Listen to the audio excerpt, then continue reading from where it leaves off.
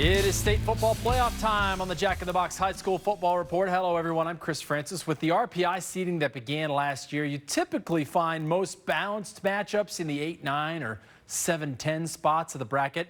Typically, not always. In 2A tonight, North Kitsap and Archbishop Murphy in the 8-9 game. The Vikings had no answer for the Murph tonight. Mason Mathis powering in, made it 7-0. In the second quarter, they went to the air. Victor Gabalis to Joe Ennis. Or Enos. I think it's Enos. We'll go with Enos. Cats up 14-0. A dynamic attack tonight. The Vikings could not match it. With 20 seconds to go before the half, Josiah Santiago on the reverse fooled everybody just enough to make it 21-0 going into the break. In the third quarter, Wildcats offense continued to roll. Chris Keenan picks and chooses where he wants to go, and he falls into the end zone for a 27-0 lead. They added a safety and a field goal. And then when Enos got the ball again, there's another touchdown that made it 39-0. They won it 46-0. They're moving on to the quarterfinals with an 8-2 record.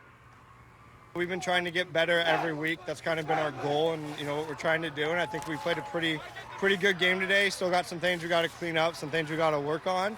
But overall, I was pretty happy with the way we played. I think defense really played a big part. They got us the ball at times when we needed it.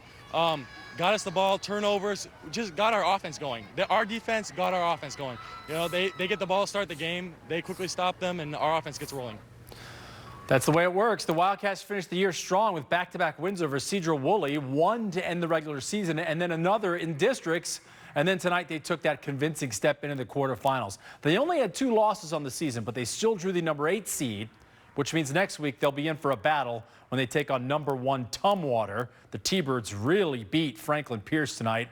The Wildcat players and coaches don't care who's next. Yeah, and we talk about how everything we do is a team thing, right? We want to be all the way from our senior captains on all the way to the guy that may not get in a ton. But we want to be a team, we want to be a family, we want to be a brotherhood, and I think they showed that tonight. Okay, for only the second time this year, the Jack in the Box Player of the Week plays defense. We could not overlook Franklin Pierce linebacker Dylan Pratt. He filled up the stat sheet with 19 tackles, 5.5 tackles for loss, 2 sacks, and 2 pass breakups in the win over Capital. Fittingly, it was defense and a goal line stand that boosted the Cardinals to that 31-24 win in the district playoffs. I was going crazy. I was like, there's no way that just happened. And then I just knew on defense, I just had to secure the bag and make sure they didn't get a first down. My coach says, you got the speed, go back there and hit somebody, go get your tackles. And honestly, I don't even realize when I get tackles. Like, I just keep going, I get back up, and I keep on doing what I want to do. He's committed in the offseason, he's disciplined, he's a vocal leader, and he lives in the backfield. He's 11 flat, 100-meter kid, and so we just let him shoot gaps and play to his instincts, and he always seems to make the right choice and the right read. All right, as I mentioned at 6 p.m. tonight, the Cardinals had maybe the toughest task of any team in the first round of the playoffs. They fell on the road at Tumwater tonight, 56-7 in the 2A playoffs. So it's going to be Tumwater and Archbishop Murphy next. Much more to come on the Jack in the Box High School Football Report. We'll run down some of the top teams in 3A and 4A, including the Fighting Irish of O'Day. How long would it take them to give us a spectacular highlight? It did not take long. We're back after Morgan's forecast. We are back on the Jack in the Box High School Football Report. More playoff action, this time in 3A, arguably the toughest class in which to win a title, unless you're a top seed like O'Day.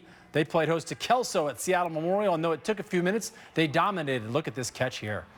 How did he get those toes in bounds? Milton Hopkins to Cooper Mathers, and yeah, unbelievable grab by Mathers. That opened the running game up, which is O'Day's bread and butter. Styles Siva Tu'u broke the tackle and scored 14-0 in the second quarter. And then the pitch to Kason Mika, and he cut it upfield and scored. The Irish moving on easily over Kelso, the final 35-0. They'll take on Mount Spokane next week. On the other side of the 3A bracket, Eastside Catholic hosting Squalicum, and also under the Space Needle. Now, the Storm struggled, even punting the ball. Crusaders with the block. Aiden Hector picking it up and going the other way to start the scoring for Eastside Catholic. On offense, Eastside looking like a well-oiled machine. Gio Ursino cuts through a hole, and yep, he's gone. We've seen that a couple of times this year, 80 yards into the end zone. So the Crusaders offense had no issues, and the defense complimentary. Storm quarterback Mason Binning trying to spark his offense, but Hector is there for the pick. How about the game from Hector? A couple of turnovers, and Crusaders, they win it 55-14. They could have a date down the road with number 6, Marysville Pilchuck, red hot as of late, hosting Prairie. There goes Dylan Cuck through the fog with the reverse, using the speed to score. He'll break out of the pack. You'll see him.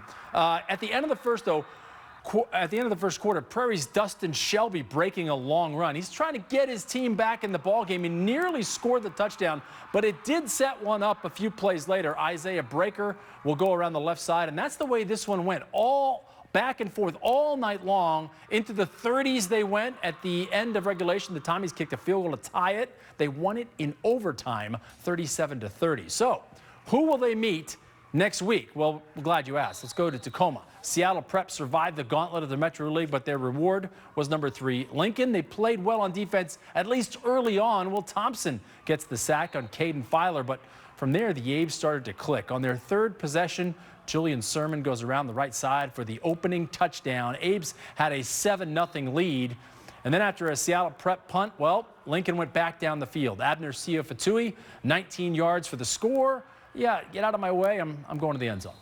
Prep never able to stay on track defensively. They couldn't slow down Lincoln as Lincoln cruises 49-28. In 4A, Eastlake was second in King Co., but they settled for a 10 seed and a road game against number 7 Puyallup. This was a great ball game shootout. Grady Robinson, the terror in the first half for Eastlake, scored on their first 4 drives. Luke Holcomb, he answered every time with the Vikings offense. Deep for Isaac Clark. Puyallup led 28-27 at halftime. I told you it was a shootout. Puyallup's great defense had trouble stopping Robinson in that first half. But in the second half, they tightened it up. A big mistake by Robinson here. Markel Thomas with the pick as he goes up high to get it. Vikes got a field goal out of that and then some momentum. A bit later, another big defensive play as Daniel Ulu-Lakepa with the big sack. Ulu-Lakepa. Yeah, he's chasing the guys down. He's done that all year long. It was recovered by Eastlake in the end zone, but it was a safety. So the Vikings get it done. They hang on for the 40-34 win. They move on to face the winner of Saturday's Eastmont-Camas game.